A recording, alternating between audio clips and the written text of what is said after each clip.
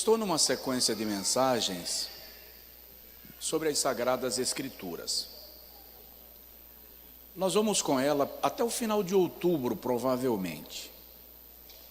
Depois a gente vai para um outro assunto de linha doutrinária, tá? Nós vamos trabalhar o culto de terça-feira bem nesta linha de culto de ensino, culto da palavra. Eu preciso que a sua vida cristã, a sua fé, a sua vida espiritual seja enraizada, solidificada. Tem um hino esqueci o nome da cantora, que ela diz assim: só quem tem raiz passa pelo que eu passei e tal. É uma letra mais ou menos assim. Eu preciso que as nossas raízes sejam aprofundadas, porque os ventos sopram, e quem tem raiz não é arrancado do chão em nenhuma hipótese. Pode até empenar, quebra galho, perde folha, cai fruto, mas está firmado, está sólido, estabilizado. E hoje eu quero falar um pouco sobre poder espiritual pela palavra. Lá na frente eu vou falar sobre combatendo as heresias com a palavra. Vai ser meio azeda, tá? Depois eu vou ministrar um pouco aqui por que eu creio que a Bíblia é a palavra de Deus. Porque está na moda agora querer inventar que a Bíblia não é a palavra de Deus, a Bíblia contém, a Bíblia é um livro ultrapassado. Vamos estudar porque que nós cremos que ela é a palavra de Deus. Amém? Josué capítulo de número 1, versículo de número 7, até o versículo 9, diz assim: tão somente esforça-te e tem muito bom ânimo, cuida de fazer conforme toda a lei que meu servo Moisés te ordenou. Não te desvies dela, nem para a direita, nem para a esquerda, a fim de que sejas bem-sucedido por onde quer que andares. Não se aparte da tua boca o livro desta lei. Antes, medita nele dia e noite, para que tenhas cuidado de fazer conforme tudo quanto nele está escrito, porque então farás prosperar o teu caminho e serás bem-sucedido. Não te mandei eu? Esforça-te e tem bom ânimo. Não tenhas medo, não atemorizes, nem te espantes, porque o Senhor teu Deus está contigo, por onde andares, ou por onde quer que andares.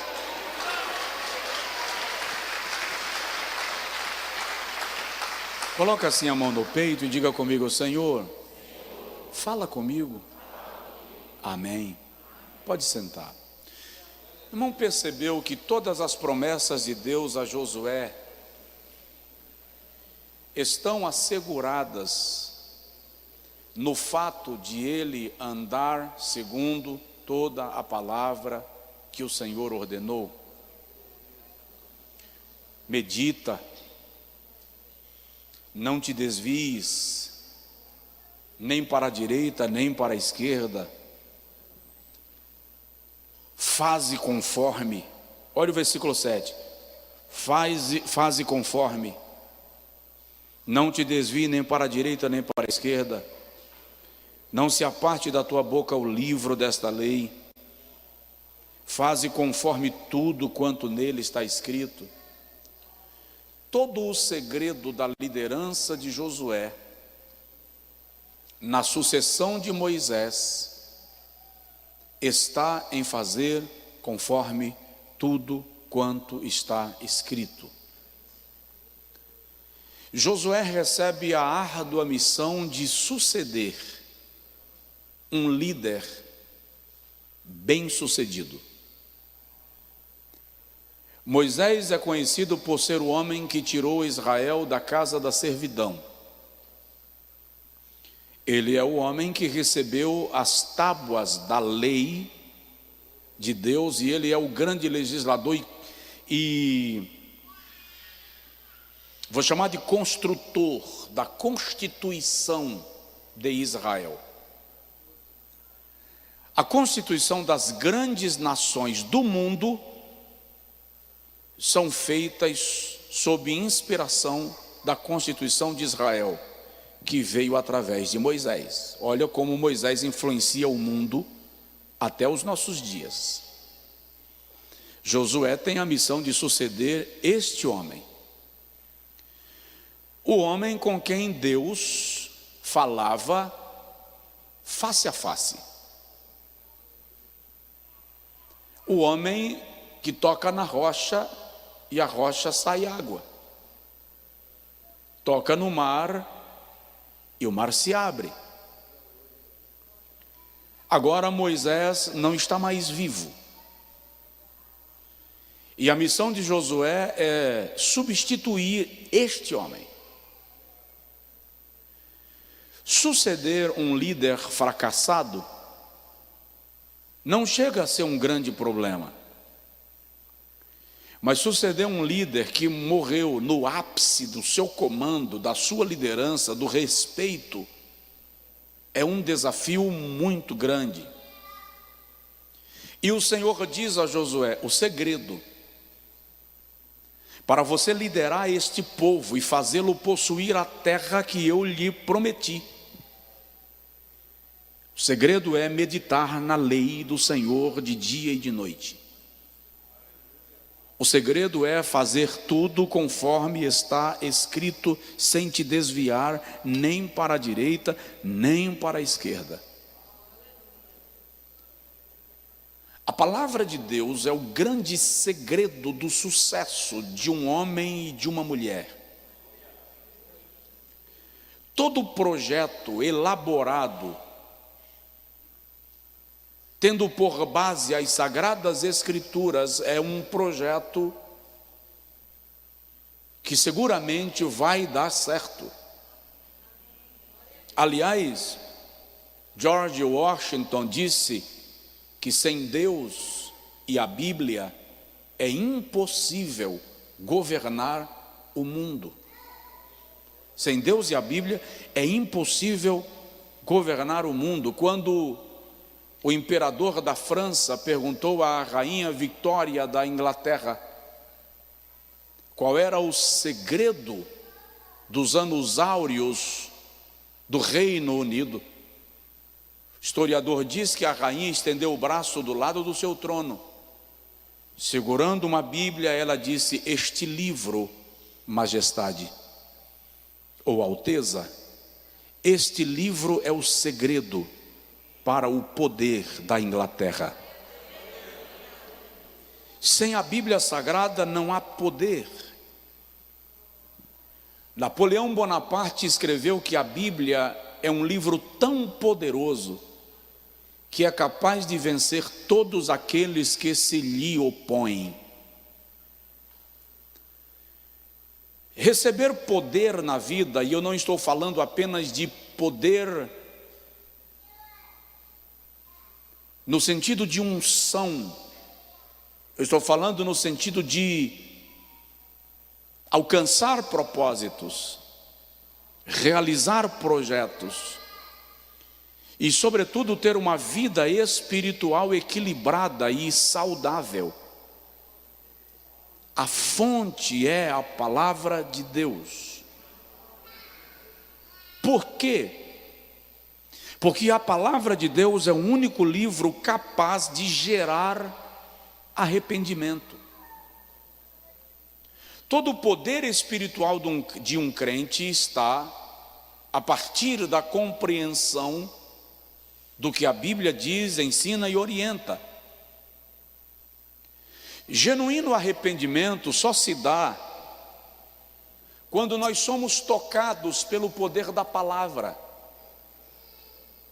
Quando Josias assumiu o governo de Judá, e isso se registra lá no capítulo 34, do segundo livro das Crônicas, a primeira coisa que Josias fez foi mandar reparar o santuário, restaurar o santuário, limpar a casa que estava abandonada, abriu as portas do templo, diz o texto, restaurou o sacerdócio, reposicionou os levitas, e Josias manda limpar o porão do templo.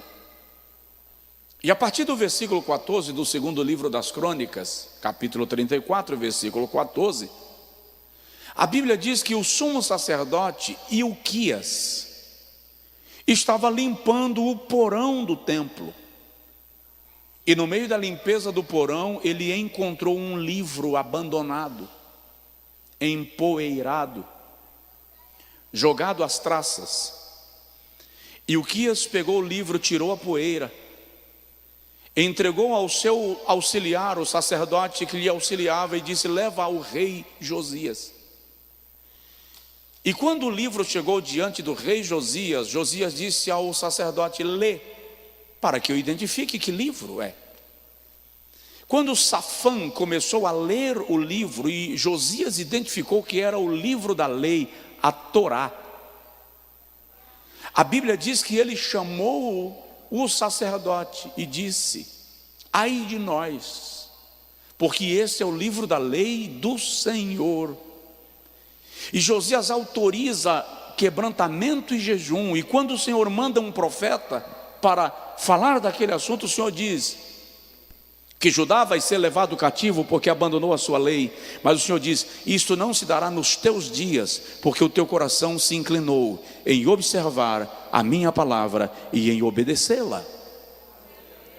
Arrependimento só se dá pelo conhecimento da palavra, pela experiência da palavra e pela valorização da palavra. O grande problema da humanidade, o grande problema do crente não está no simples ato de pecar, porque pecar faz parte da nossa natureza pecaminosa e decaída. O grande problema está na ausência de arrependimento, e a ausência de arrependimento nos leva a dar sequência a uma vida de iniquidade. Quando a palavra toca em nosso coração, o arrependimento ocorre no interior de nós. Esdras é uma das mentes mais brilhantes da Bíblia. Ele é escriba e sacerdote. E o escriba é aquele que escreve e transcreve os textos da lei. Preste atenção nisso. A lei mosaica é composta de 613 mandamentos. 248 são mandamentos positivos e 365 são mandamentos negativos. 248 era o número dos membros do corpo, segundo a medicina legal da época. 365 se refere aos dias do ano. Os mandamentos negativos eram uma referência àquilo que era obrigado a ser feito. Os positivos. E os negativos, aquilo que era terminantemente proibido de ser feito. Um sacerdote e escriba precisava conhecer os 613 mandamentos de cor, em ordem crescente, em ordem decrescente e aleatória. E ele precisava ter a capacidade de alguém chegar para ele e perguntar sobre o mandamento 481, e ele saber exatamente o que era, explicar e aplicar. Nota que é uma mente extremamente capaz. E quando Esdras chega em Jerusalém, voltando da capital do império, já no período posterior ao cativeiro de Babilônia, ou cativeiro de Judá, quando Esdras chega em Jerusalém e ele percebe que os homens de Jerusalém havia se casado com mulheres estrangeiras das nações vizinhas, coisa que a lei proibia, A Bíblia diz que Esdras sentou-se, capítulo 4 do livro que leva seu nome, ele senta, capítulo 10, ele senta e chora, ele senta e ora, ele senta e jejua, ele senta e se derrama. E enquanto Esdras ora e chora e se derrama em arrependimento e em confissão, o povo se reúne na praça de Jerusalém, até que alguém levanta e diz assim: Esdras, para de chorar. O pecado é nosso e não teu. E nós estamos contigo nesse negócio. Levanta-te. Aleluia. Fala o que nós temos que fazer, e nós faremos conforme a tua orientação. Como havia muita gente na praça, o que Esdras fez? Agora vem para Neemias capítulo 8. Esdras sobe numa plataforma e separa a multidão em grupos. E na frente de cada grupo, Esdras coloca um ministrante, sob sua orientação. Daqui de cima, Esdras vai ler o livro da lei. Ele vai pregar sobre o livro da lei. Isso se deu, diz a Bíblia, desde o amanhecer do dia até o pôr do sol. É o culto mais longo da Bíblia. Esdras fala daqui, o seu ministrante ouve, repete para um grupo, o outro ouve, repete para o grupo, até que todos ouçam o que está sendo dito. A Bíblia diz que no final do dia, toda a nação chorava. Toda a nação estava em quebrantamento. E enquanto eles choravam, Neemias se levanta e disse: ide, comei as gorduras e bebei as doçuras, não vos entristeçais e nem choreis, porque a alegria do Senhor é a vossa força.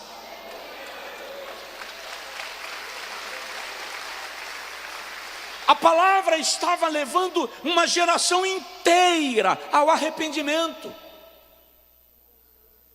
A palavra estava levando uma nação inteira a uma experiência de conversão.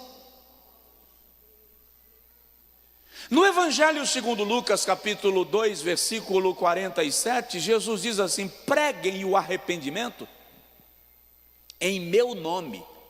Ou, em meu nome preguem o arrependimento e a remissão dos pecados a todas as nações. Quando Pedro termina de pregar em Atos dos Apóstolos, capítulo 2, depois do grande derramamento do Espírito, que gera, ou o que nós chamamos de o dia de Pentecostes, e que estabelece a presença do Espírito Santo sobre a igreja, o povo ouve as palavras de Pedro e pergunta para Pedro: que faremos? Que faremos, pois? Qual é o próximo passo? Depois que você pregou, o que nós temos que fazer? Atos 2,37. Pedro diz no versículo 28, arrependei-vos, para que sejam apagados os vossos pecados, e venham os tempos do refrigério. Tempos de refrigério ali, a palavra grega que Pedro utiliza indica tempo de restauração, tempo de restituição. Ou seja, quando há arrependimento gerado pela palavra, vem o tempo da restauração, vem o tempo da restituição. E eu quero profetizar na autoridade do nome do nosso Deus e no poder da sua palavra, que esse é tempo de restauração, esse é tempo de restituição, e esse é tempo de milagres na sua vida, na vida da igreja, nesta igreja, para a glória de Deus Pai. Só quem recebe dá um brado de glória e aleluia.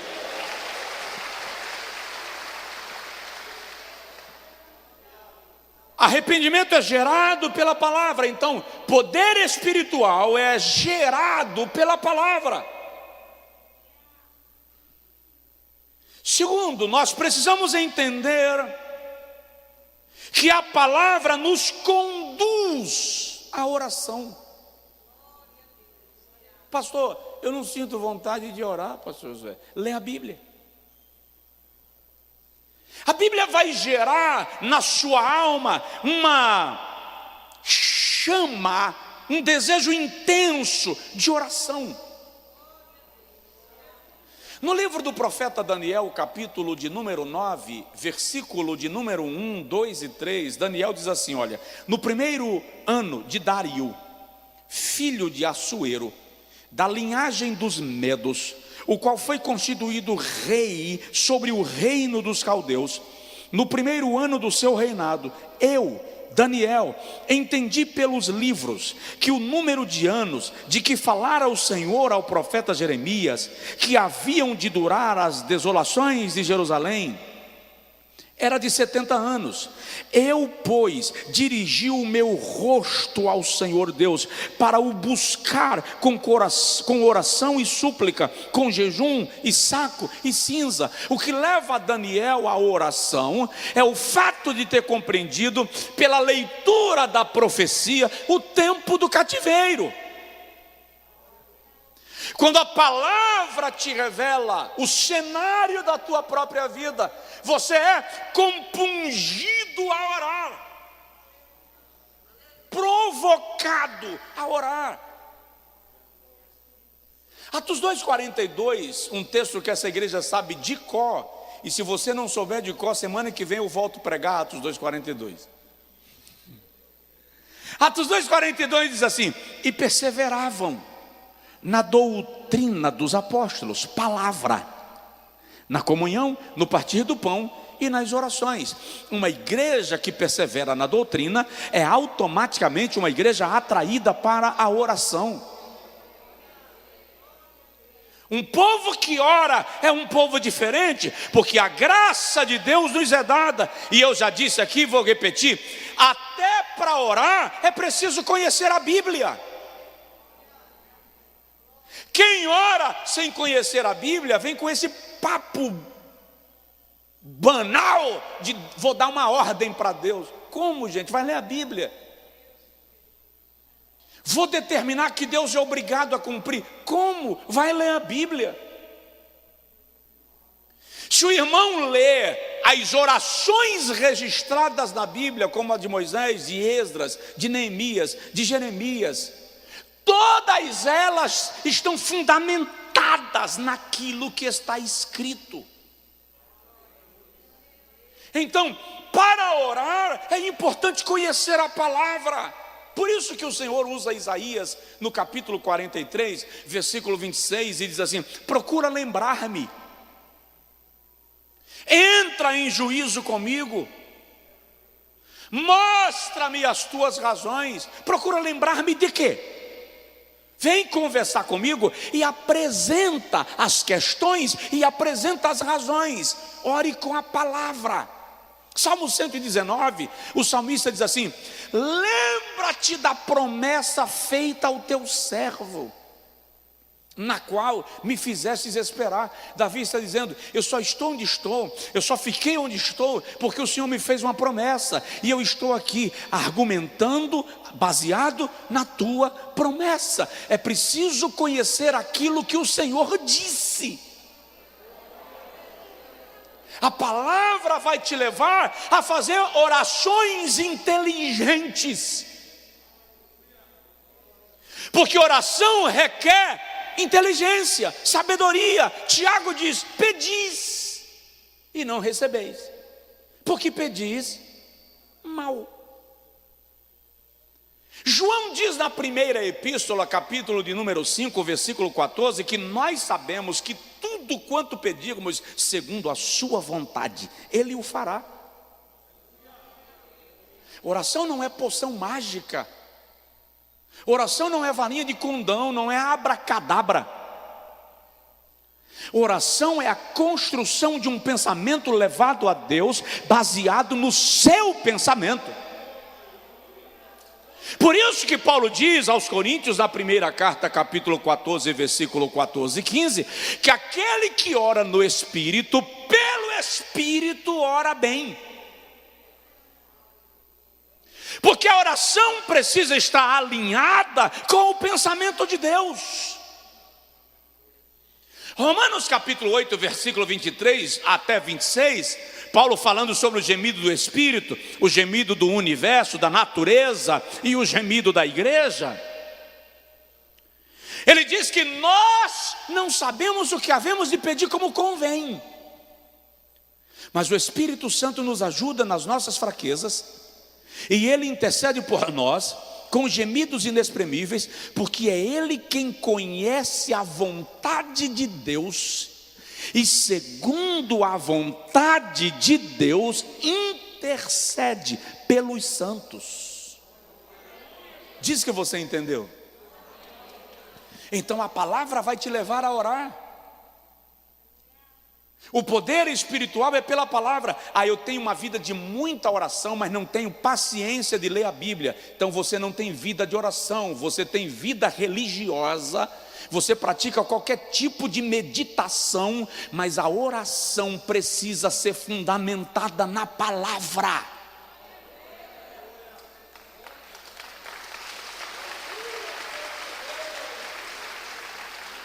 Terceiro, a palavra gera em nós fé.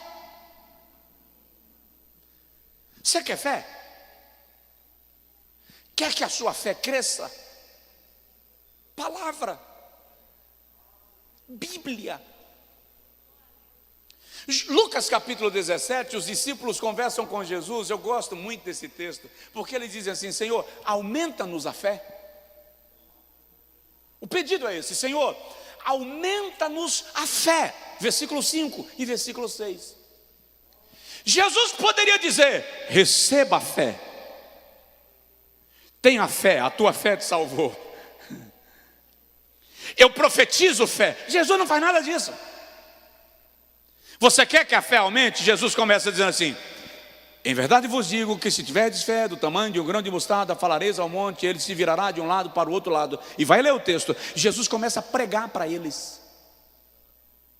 Jesus começa a ministrar sobre eles ensinamento. Por que Jesus, em vez de orar para que eles tenham fé, por que Jesus, em vez de declarar fé sobre eles, prega, ensina?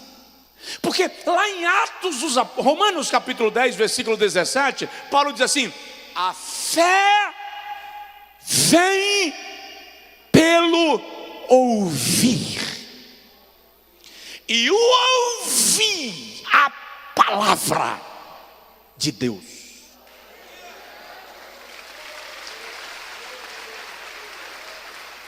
Quantas vezes você chegou na igreja desviado, atribulado, sem crer em nada, e a palavra renovou a tua fé, e a palavra restabeleceu a tua esperança? Então a fé vem pelo ouvir. Passa a valorizar a palavra, porque a palavra vai gerar fé, vai produzir fé, vai provocar fé na sua vida. Aí vem uma indagação necessária: o que você tem ouvido? Você dorme ouvindo o quê?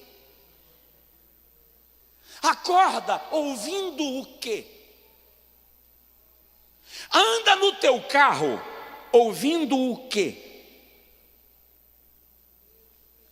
Que tipo de música toca no seu veículo enquanto você está no trânsito, no congestionamento?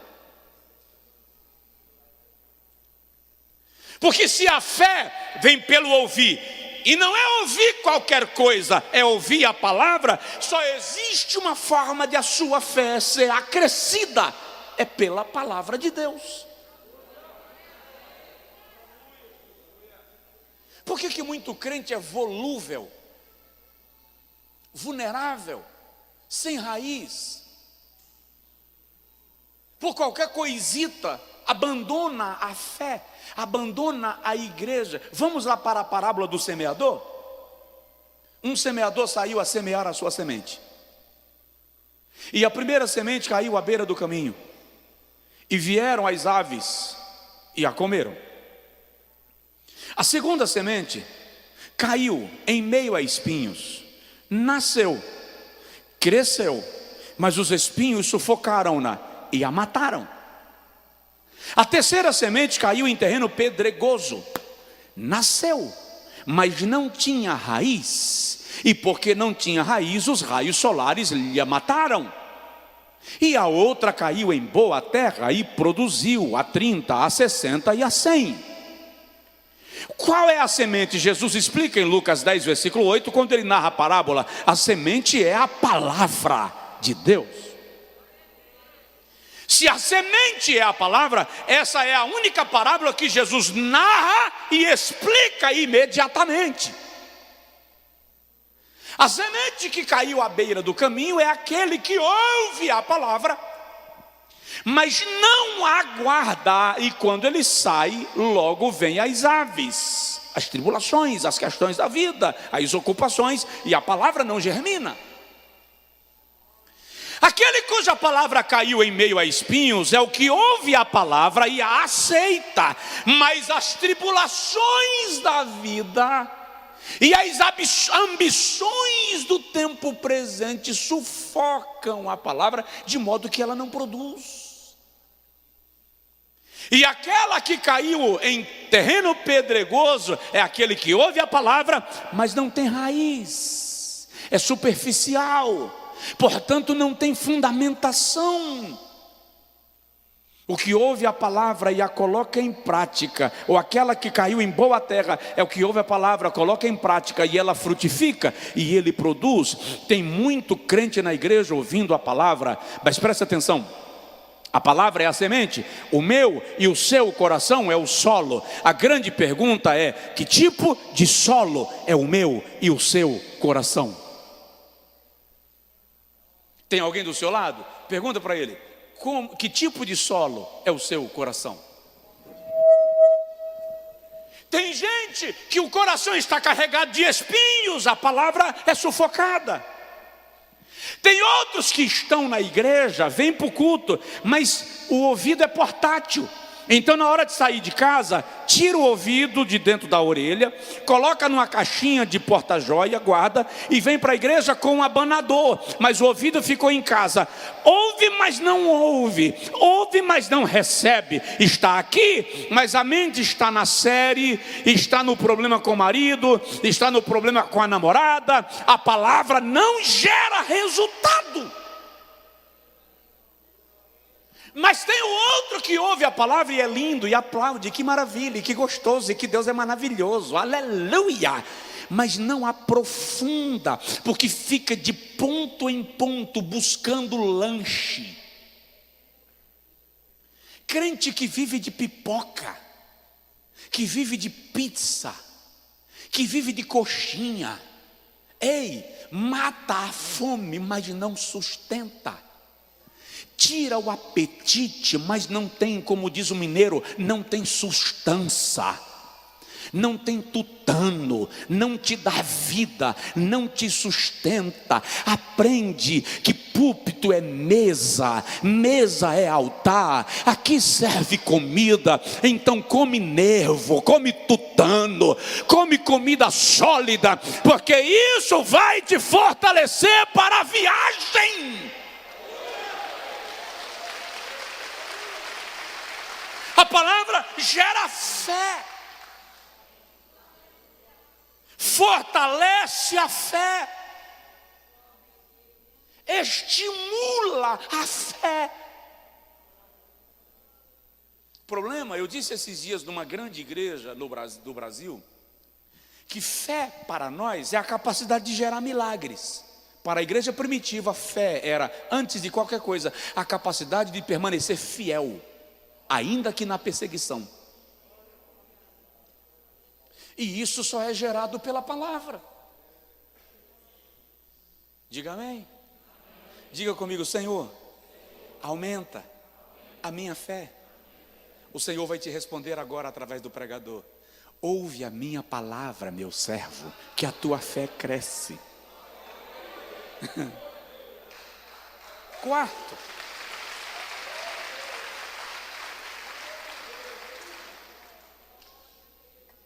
poder espiritual pela palavra. A fé, a palavra gera arrependimento.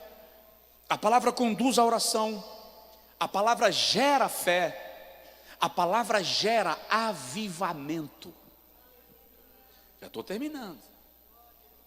A palavra gera avivamento. Eu fui pregar uma certa feita, tem um tempo já, num congresso. E no domingo pela manhã, quando eu cheguei no ginásio, estava lotado. Ainda lembro da cena. Tem muitos anos e eu lembro do lugar, eu lembro de cada detalhezinho. E quando eu estava subindo a escada para a plataforma onde ficava o ministério, o ginásio cheio, era um domingo pela manhã, o irmão que foi me buscar, ele esqueceu de me dar um recado e ele me puxou pelo paletó. E cá entre nós, faz um favor para mim. Não puxa meu paletó, por favor. Esses dias o irmão querendo tirar foto comigo e eu atendendo outros com foto, ele puxou meu paletó. Quando ele puxou meu paletó, deixa meu paletó em paz, pai. Vamos lá. Ele puxou meu paletó, eu virei. Pois não. Eu esqueci. Esqueceu de quê? O pastor falou que hoje é manhã de avivamento. O senhor não precisa pregar uma mensagem cheia de Bíblia, não. Basta botar fogo na multidão. Irmão, literalmente, eu estava subindo a escada. Quando ele puxou o paletó que falou isso, eu respondi assim. Eu fiz assim: me explica como é que faz isso. Botar fogo sem palavra? Fogo de palha? Ei, eu ia para a roça dos meus avós todo final de semana. Sexta-feira, quando terminava a aula, eu já ia para a roça, porque eu ia catar mamona sexta tarde, sábado o dia inteiro, para domingo de manhã voltar para o Angico trazendo o que eu tivesse catado de mamona para vender no quilo e ajudar meu pai a comprar tutano para eu comer a semana toda. Agora presta atenção. Eu aprendi nesse cenário, lá na roça, quando eu ia acender o fogão a lenha, eu chegava lá perto do fogo e fazia assim, ó. Aí a cinza enchia minha boca, meu nariz, meus olhos. Era um caso. Minha avó chegava e dizia: não é assim não, menino, pelo amor de Deus. Ensino todo dia e não aprende. Aí ela reunia os tições, os pedaços de madeira, pegava um abanador feito de tampo, de palha de uricuri, palha de coqueiro. Se não achasse o abanador, a tampa do caldeirão serve. Aí ela fazia assim, ó, para tirar a cinza. Embaixo da cinza você via a brasa. Aí ela derramava umas gotinhas de azeite. Agora era só fazer assim, ó.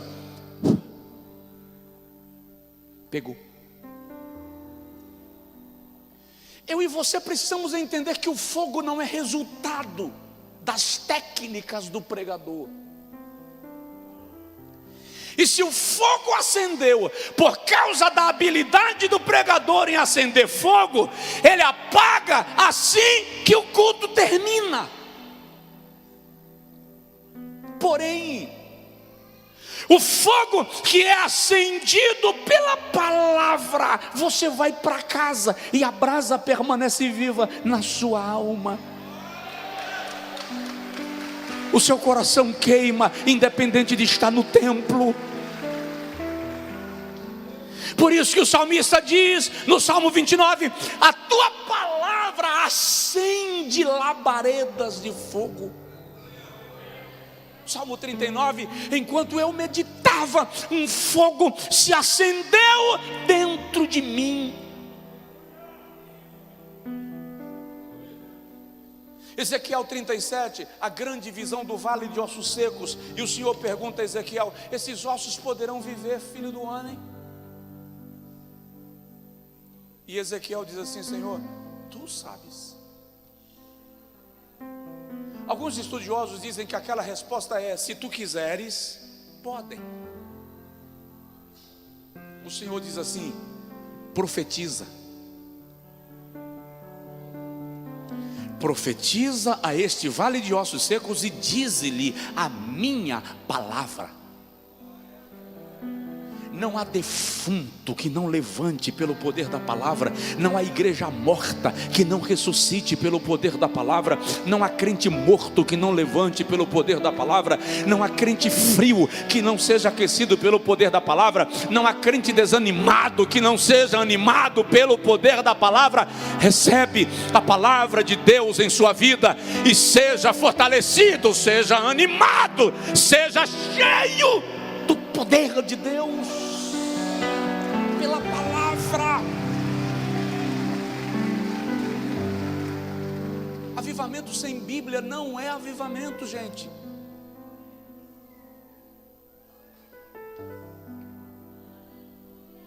Aleluia.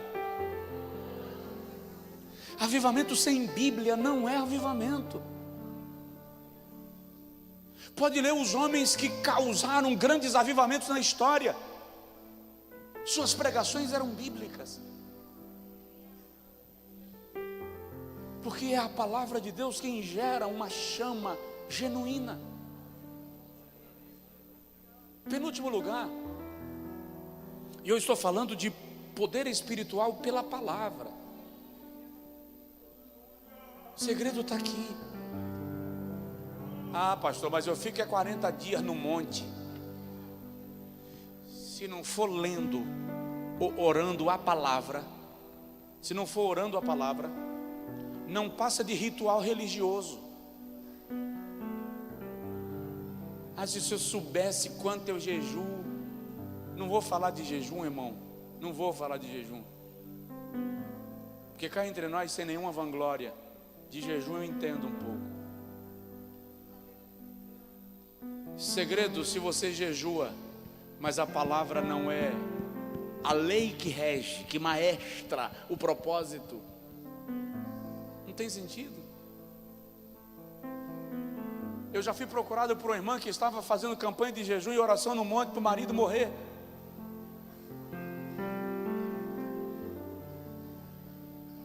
Tem alguma aqui? Levanta a mão.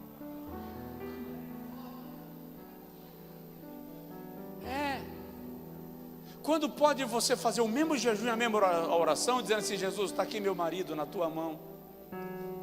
Jesus, é um pedaço de nervo, é carne de pescoço, mestre, é madeira dura, trata, porque o Senhor é carpinteiro. Eu dei trabalho a meus pais demais, mas demais. E a oração de meu pai e da minha mãe era: Jesus, está na tua mão, toma conta.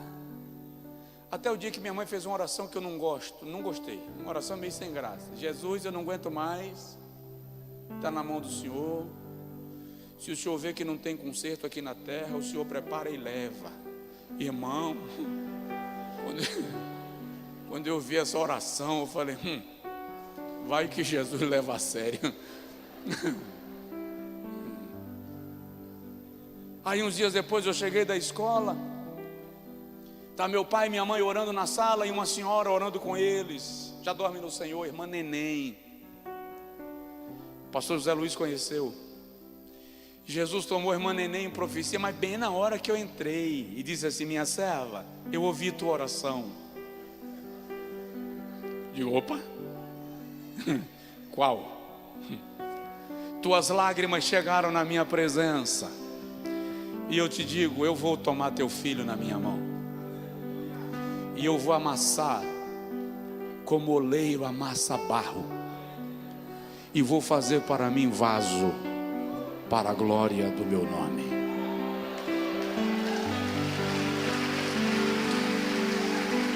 Aleluia.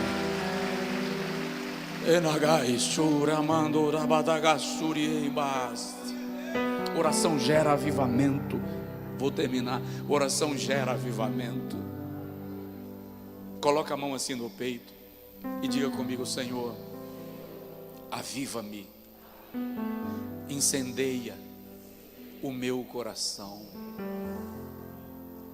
Fica de pé, por favor. Eu ainda iria falar, mas deixo só aí para você raciocinar. A palavra gera autoridade. A palavra gera autoridade.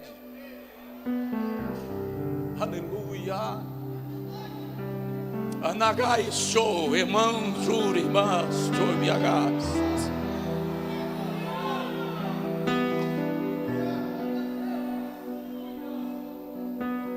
É a palavra quem gera autoridade para a igreja.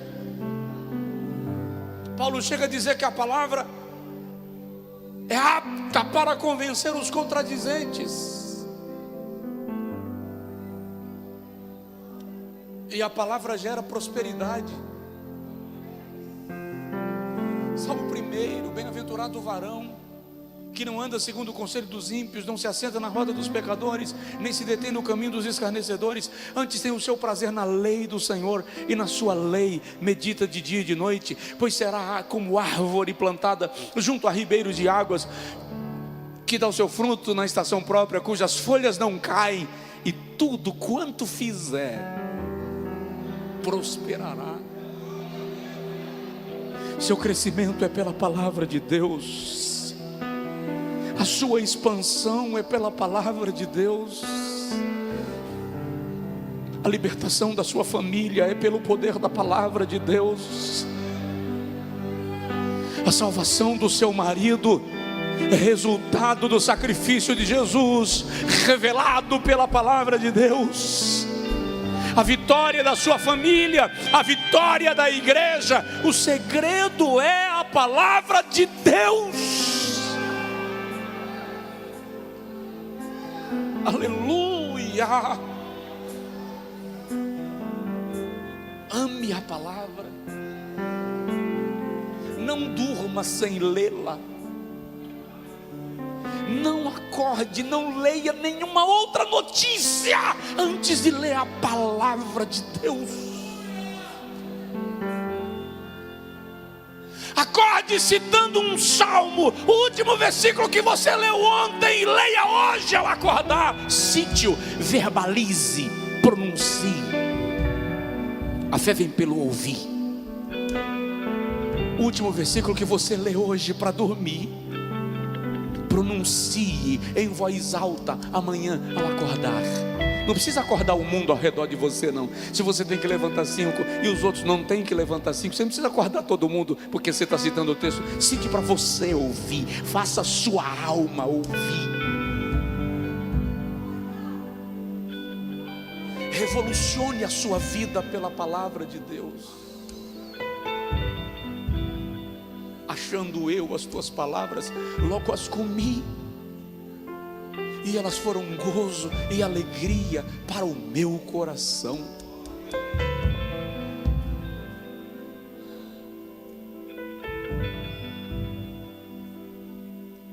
Ai de mim, ai de você, sem a palavra de Deus. Ai de mim nas minhas agruras, nos meus embates, nas minhas angústias, se eu não me refugiar nela, porque ela traz a palavra, ela traz a mensagem que a alma precisa para ser fortalecida. Espírito Santo, aplica esta palavra na vida da tua igreja, os que estão em casa. Não deixa ninguém sair agora da conexão, Senhor. Que todos sejam agora profundamente marcados pela tua palavra. Que a espada do Espírito traspasse o nosso coração e sejamos profundamente tocados